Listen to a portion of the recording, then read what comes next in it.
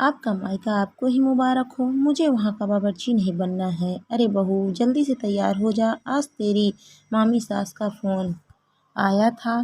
कह रही थी कि वंदना का रिजल्ट बहुत अच्छा आया है, तो इसी उपलक्ष्य में छोटा सा आयोजन किया है।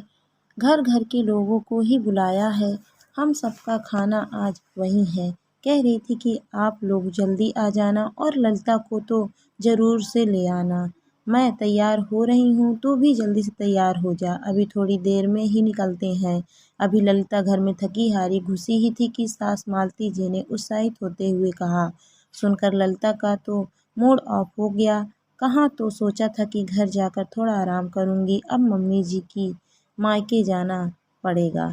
सब जानती थी कि वो मामी सास क्यों बुला रही है। एक पल के लिए उसके पर वही जम गए। उसे वहाँ चुपचाप खड़ा देखकर मालती जी ने कहा, अरे बहू जल्दी कर, हमें जल्दी ही बुलाया है, जाकर थोड़ी बहुत उनकी मदद कर देंगे। तेरी मासी सास को तो घर का खाना ही पसंद है, इसीलिए कोई महाराज भी नहीं लगाती। अब हम तो घर के लोग हैं, जाकर सिर्फ खाते हुए तो अच्छे नहीं लगेंगे। उनकी बहू ने भी कहा है कि ललिता भाभी को ज़रूर ले आना, इसीलिए थोड़ी बहुत मदद करवा देंगे। मदद यह शब्द हथौड़े की तरह ललिता के दिमाग पर लग रहे थे। मामी सास महाराज क्यों नहीं लगाती, वह यह अच्छे से जानती थी कि इस मदद शब्दों से तो उन लोगों को दूर दूर तक कोई नाता ही नहीं था। मम्मी जी जानती हैं उन लोगों की मदद करने के लिए, पर वह लोग तो खुद ही सारा काम ललिता पर डालकर आराम फरमाने लग जाते हैं। भला कौन मदद करता है उसकी, सब तो बैठ जाते हैं पंचायती करने के लिए और बहू होने के नाते लगा देते हैं ललिता को काम पर। अब 25-25 लोगों का खाना बनाना कोई मामूली सी बात तो नहीं है, और ऐसा भी नहीं कि कुछ तैयारी पहले से करके रख दी हो। तैयारी के नाम पर सिर्फ सामान मंगा कर रख दिया जाता है और सब्जियां सुधार कर रख दी जाती है।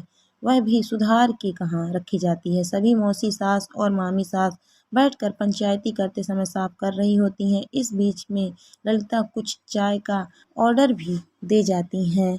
साथ ही साथ तारीफों के झाड़ पर भी उसकी सास मालती जी को चढ़ाती जाती हैं। अरे मालती जी जी, वाकई बड़ी खूब किस्मत पाई है आपने, जो इतनी अच्छी बहू मिली है। भाई कुछ भी कहो, कहना पड़ेगा, ललिता पूरा काम संभाल लेती है। यह होती है तो हम बेफिक्र हो जाते हैं। और देखो ना, सबको इसी के हाथ का खाना पसंद है, इसीलिए सब्जी तक बनाने नहीं देती मुझे। नहीं तो मैं कम से कम सब्जी तो बना कर रख ही सकती हूँ। मामी सास अपनी चिकनी चुपड़ी बातों को कहती तो मालती जी अपनी बहू पर बलिहारी जाती हैं। लेकिन अभी पिछली बार ही की बात है, नाना ससुर जी का श्राद्ध था। मामी सास ने अपनी नंदों के परिवार को और अपनी बहनों के परिवार को बुलाया था। कुल मिलाकर 40 लोग हो गए थे। उस दिन भी मालती जी ने ललिता की छुट्टी करवा दी, क्योंकि श्रद्धा तो सुबह ही निकलना था। लेकिन घर का कामकाज में ही 11 बज गए। तब तक तो मामी जी के 3-4 बार फ़ोन आ गए, अरे जीजी कब तक आओगी। और मालती जी इस बात पर अपनी भाभी पर बलिहारी जा रही थी कि भाभी का उनसे कितना प्रेम है। इस बार तो ललिता ने भी सोचा कि अब मामी सास की बहू आ चुकी है तो चलो मदद तो मिल जाएगी। मदद क्या मिल जाएगी, बल्कि मैं उससे मदद कर दूंगी, आखिर मेरी देवरानी जो ठहरी। पर जब ललिता वहां पहुंची तो कोई तैयारी ही नहीं थी। मामी जी ने तो थोड़े से आटे की पूड़ी बनाकर मिठाई और सब्जी बाजार से मंगाकर भोग लगा दिया था, और अब ललिता का इंतजार हो रहा था। अब मालती जी ने इस बारे में पूछा तो मामी जी ने बोली, अरे सबको ललिता के हाथ का खाना ही पसंद है, इसीलिए महाराज नहीं लगाया। और बहू अभी नहीं है, उसे इतना काम नहीं होता है। ललिता को तो आदत हो चुकी है, वैसे भी सबका बुलावा तो दोपहर का है।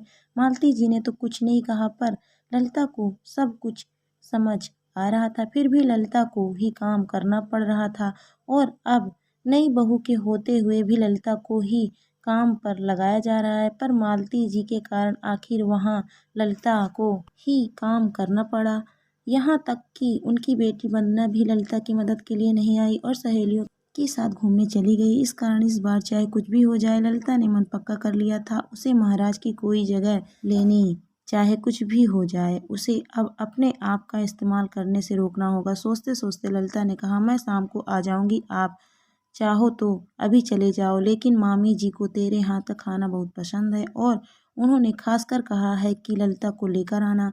मालती जी बोली, मम्मी जी वह सब तो ठीक है, पर मैं अभी अभी तो आई हूँ, थक चुकी हूँ, मैं शाम को ही आऊँगी। अरे कभी कभार तो चलता है, रोज तो आकर आराम करती ही हो ना। मालती जी पूरा जोर लगाते हुए बोली, पर इस बार तो ललिता पूरी तरह से तैयार थी। नहीं मम्मी जी, आज वाकई मुझसे हिम्मत नहीं है, मैं शाम को ही आऊँगी। वैसे भी मैं कोई महाराज तो नहीं हूँ जो इतने सारे लोगों को खाना बनाती रहूँ।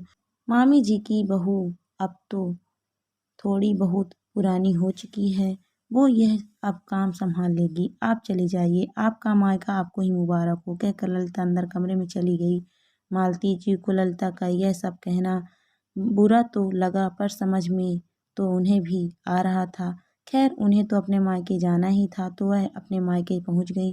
जाकर देखा तो वहाँ इस बार भी कोई तैयारी नहीं थी। ललिता को उनके साथ न देखकर मामी जी बोली, अरे जीजी, आप अकेले आई हैं? ललिता कहाँ है? भाभी आज वो बहुत थक गई थी, इसीलिए वो शाम को ही आएगी। यह सुनते ही मामी के पैरों तले जमीन खिसक गई। अब इतनी जल्दी महाराज कहाँ से मिलेंगे? ऊपर से इतना सामान मंगा लिया, वो अलग। अब काम को देखकर मामी जी उनकी बहू और बेटी के हाथ पैर फूल रहे थे। बहू ने तो हाथ खड़े कर दिए कि मुझसे इतना काम नहीं होगा, या तो मिलकर मदद करवाओ या फिर किसी महाराज को बुला लो। मालती जी को भी समझ में आ गया था कि उनकी बहू का सिर्फ इस्तेमाल होता था। आखिरकार बहू और बेटी दोनों मिलकर रसोई में लगी। इधर मामी जी और मालती जी सब्जियां सुधारने लगी, लेकिन खाना बनने तक सबकी हालत फस्ट हो चुकी थी। शाम को जब मेहमान आने लगे तब तक वह तैयार ही नहीं हुई थी। ललिता जब शाम को खाने के मौके पर पहुंची तो ना ही मामी जी ना ही उनकी बहू और बेटी ने उनसे ढंग से बात तक की, पर ललिता कुछ फर्क नहीं पड़ा। उनसे तो खाना खाया और वहां से रवाना हो गई। अब तो ललिता ऐसा ही हमेशा करने लगी, तो मामी सास को भी समझ में आ गया कि अब ललिता बेवकूफ़ बनने वाली नहीं है। अब धीरे धीरे मामी सास ने सिर्फ नंद नंदोई को बुलाना शुरू कर दिया। अब न पूरे परिवार को बुलाना होता था और बहू का बुलावा बंद हो गया। दोस्तों कहानी आपको कैसी लगी कमेंट करके ज़रूर बताइए। कहानी अच्छी लगी तो वीडियो को लाइक शेयर करें। अगर आप मेरे चैनल पर नए हैं तो प्लीज़ मेरे चैनल को सब्सक्राइब भी करें। Thank you for watching my video.